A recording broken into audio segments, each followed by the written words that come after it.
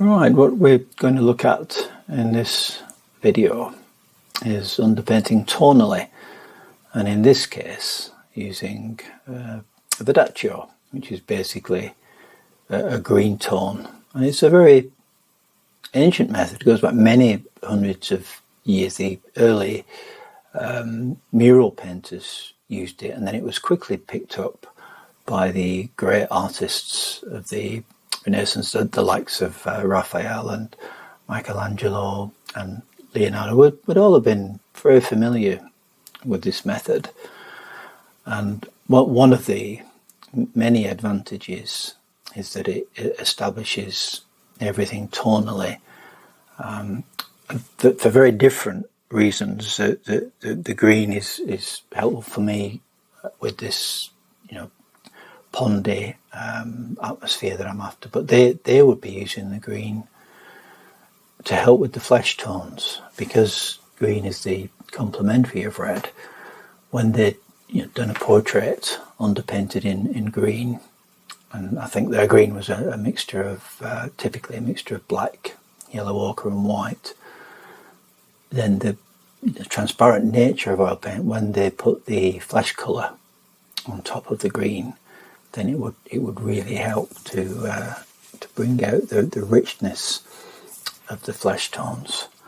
So it's slightly different here in that I'm wanting an overall green sort of effect, because this particular lake, especially at the height of summer, it does go very green. And you can see, for anyone who's watched the earlier video, the square brush again is at the heart of all this early stage. And what I've done with establishing that wash, which is using pure turpentine, it'll stay workable all day. And with each layer that you put on, sometimes as many as 2 or 3, even within a day, you're picking up some of the earlier paint, and you can reach a stage where the paint is really biddable, and it'll do exactly what you want. You can see they're cutting in again with the square brushes. And once again, it's going to be something I'll probably repeat. Be quite careful, not following the lines religiously, and not too fussy if I feel a different decision needs to be made. But the drawing is the foundation of the work, and it's taken a good few hours to draw it out and do it all carefully. And once again, as I've said in the puffin piece, if you do the drawing carefully and take your time over that, it actually saves time in the long run. It can be maddening in terms of the impatience if you're really, really keen to get on with the work. But overall, over many years' experience, I've found it's better to do the drawing. You can see here I'm establishing the form of the carp, which again is at the foundation of realism. If you get the form right, everything else will follow. Whereas if you start too early with the detail, then you can end up not having the solidity that you want. This carp she is a common carp, which means she's fully scaled, but the scales will come quite late in the process. Again, just using the square brushes there. So versatile, they give you so many different brush strokes. Perfect for these early stages especially. Now the actual green that I'm using here, I'm a creature of habit in all sorts of ways, and there's some things that I do pretty much exactly as I've done 100 or 1,000 times before. But this particular green, which is a tube green, I generally mix up my own greens, but there's 1 or 2 occasions when I use a tube colour. And in this case, this is a Sennelier olive green, and it's the first time I've ever used it. I'm very familiar with the Winsor & Newton olive green, which is a really useful colour for someone who paints British chorus fish. If you look at the Observer's book of chorus fishes that I had, I think, when I was about 10, will tell you that this or that fish, so many species will be described as olive green, because it's an earthy sort of green. Especially what I would consider real olive green. This Sennelier one is actually a bit brighter than what I would consider a classic olive green. But it's all subjective anyway. I don't think there's a scientific definition of what olive. But I chose this brighter green because of how this pond looks in the summer. So to some extent, when I come to lay the actual colour, the coloured layer on top of this, I'm not sure how this stronger green will affect it. But there's only one way to find out, and the beauty of oil paint, and it's something again I'll return to time and time again, is with the covering strength of oil paint. It is inherently transparent, but also has great covering power, and especially with layers. Even as this painting is now, and if you developed it to almost complete, you could paint over it and change it into a busy London street scene or something completely different because of the power. So I'm not, the point I'm making there is, having chosen this green, which is, as I look at it now, you're thinking, whoa, that is a bit green. It's not at all a worry. And when I start to put the Ala Primer layer on top, I'm not liking how it's reacting, then I'll just go again. It's the beauty of oil paint, and there's a lot of mystique about it. So many beginners seem to think that it's a difficult medium, and they choose either watercolour or acrylic instead. But both of which, to me, are much harder in the different ways, because of the way that the oil stays wet, the way you can rework it, the way you can add layers, and then there's a whole other world, which does get complex, but not necessarily difficult. You just need the knowledge, of glazes. It's easier for me than any of the other mediums. Acrylic has similar properties in terms of you can make it transparent, it covers well. If you've got strong colours, but it dries like glue. It dries on your palette. If you go off to make a cuppa, and you can't rework things on the painting in the same way unless you really sort of quick because of how it dries. On a piece like this, where I've done the wash to begin with, it'll stay really nice all day. The paint really good to work into. And the other thing, which not everybody loves, but it is a genuine factor for me, is the smell of oil paint. It just smells delicious. And another factor which I do often think of is the link that you've got when you're using oil paint. You've got a link with all those incredible craftsmen of the past.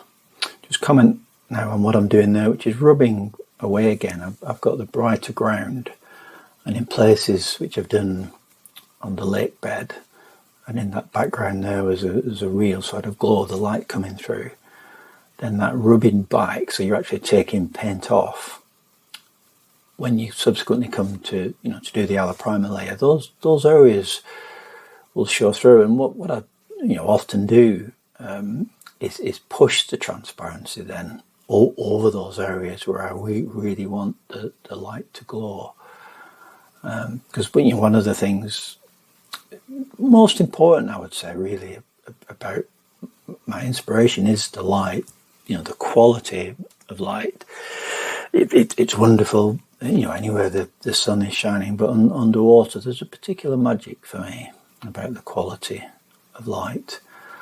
And there's a number of times, I'll be on a dive or a snorkel, and you'll be in a lake or in the ocean, and you might be thinking it's not particularly inspiring, and then you realise that the sun's gone in, and then the sun comes out, and it's just fantastic lights everything up. So people are, very complimentary, and I think they always, they mean it in the best, possible way when they talk about the detail in my work. But ahead of detail for me in terms of importance is definitely the atmosphere and the quality of light, because that's what inspires me. You can see here, talking of light, that there'll be a bit of light catching the carp there. She's mostly in shadow, but she's just emerging into a light patch.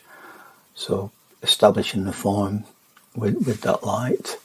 And it's, with any painting, there's always bits that you really want to get onto and look forward to. And quite often, a lot of species, I think it's to do with the layer of slime that they have to protect the scales. There's a lovely purple blue.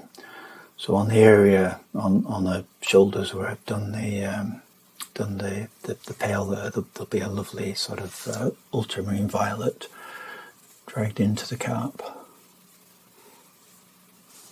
And what I'm doing here now is adding colour. So I've put a little bit more blue, just added that to the tonal mixtures with the olive, because there's a bloom going on in the painting, and that juxtaposition of that blue against a more generally green and golden will really sort of augment the atmosphere.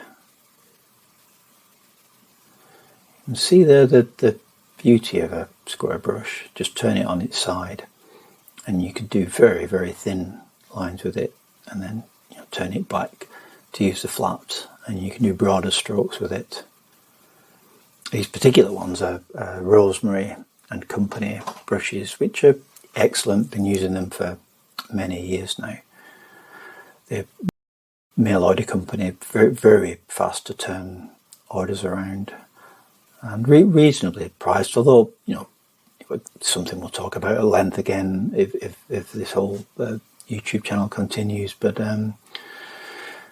spend your money on the quality materials. It will it'll pay you back time and time again. If you look after your brushes, they'll last you a long time. So even though on the face of it they look expensive, I've got some brushes which they'll last weeks, and if not months, and that makes the price then seem a lot more reasonable. And I'd advise the same. Obviously, if you're just starting out and you don't know if you like oil painting, but buy the best quality pigments that you can afford.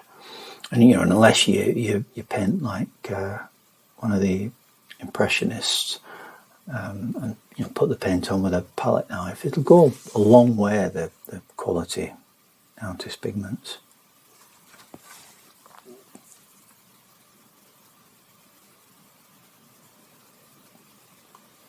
You can see there again the strength of the square brush, the ability to do very thin lines or broad strokes with it. All this left hand corner will be quite dark, so what I'll probably do on the yellow primer layer is drag a real dark over this underpainting, and then just suggest one or two of the lily stems that are in shadow.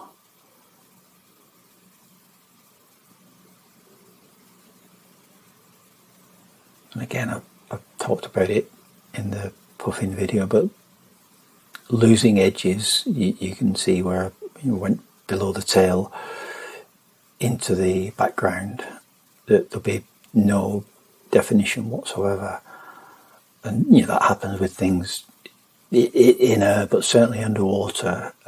It's almost always got a little bit of sedimentation in it, so you've got some colour, and that does soften everything off, so edges tend to disappear.